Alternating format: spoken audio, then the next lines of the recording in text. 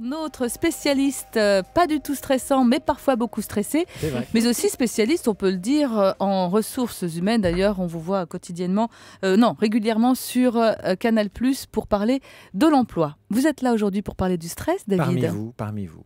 Alors, vous êtes terriblement stressé? Toujours avant les chroniques, mais c'est du bon stress. Il faut avoir un peu de tract. Le problème du stress, c'est que avant de rejoindre le club des grands stressés, il faut au moins savoir reconnaître le stress. Un peu comme si c'était une personne. Où es-tu? À quoi ressembles-tu? Pourquoi je vous dis ça? Parce que rien que le fait de dire à ses collègues de bureau je suis stressé, aide-moi, c'est déjà ça. Encore faut-il s'en apercevoir. Il y a deux types de symptômes du stress. Vous en avez parlé. Il y a les symptômes physiques. On tremble, on transpire, on grince des dents, on a mal au dos, on a le cou rentré dans les épaules comme ça, là, dans son lit le soir. Puis il y a les symptômes psychologiques et ce sont les plus durs à combattre. En plus, ils ont des noms différents. L'angoisse, les idées noires, la peur, le tract. Le manque de considération, l'absence de retour sur son travail, les problèmes dont on n'est pas responsable, tout ça, c'est des noms qui peuvent décrire le stress. Et le problème, c'est que ce stress-là, il est souvent associé à des situations professionnelles particulières qu'on ne maîtrise pas toujours. C'est pas toujours que notre faute. On n'est pas que des grands stressés congénitaux. On va stresser parce qu'on a l'impression qu'on ne peut pas faire son travail convenablement. On va stresser parce qu'on nous demande de le faire vite et bien et qu'on sait que c'est pas possible vite et bien. On va stresser parce qu'on a l'impression qu'on nous en veut ou qu'on ne nous apprécie pas. On va stresser parce que les objectifs sont trop difficiles à atteindre. On va stresser au travail parce qu'on n'est pas heureux à la maison. Et on va stresser à la maison parce qu'on n'est pas heureux au travail. J'arrête, je grince des dents comme ça.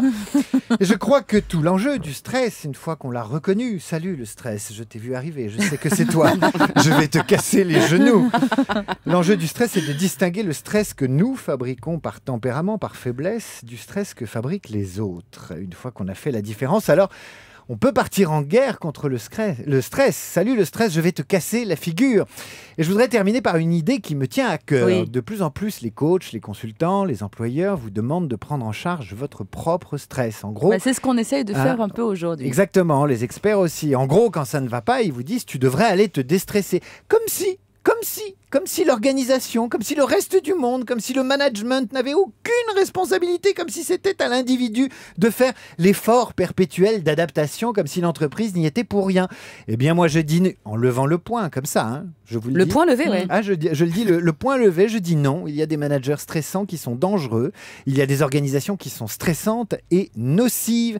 Alors, n'oublions pas une chose, le stress peut se combattre collectivement. Et pour ça, il y a 3 médicaments. Ça s'appelle le droit du travail, les organisations collectives et la considération pour les autres. Je vous invite, chers auditeurs, à effectivement regarder le point levé de David Abiker sur europe1.fr. Justement, on parlait de tout à l'heure non seulement de combattre le stress de façon individuelle, mais aussi de façon collective. Et les 3 médicaments que vous venez de prescrire sont effectivement ceux que l'on a donnés tout à l'heure aux éditeurs. Comment vous...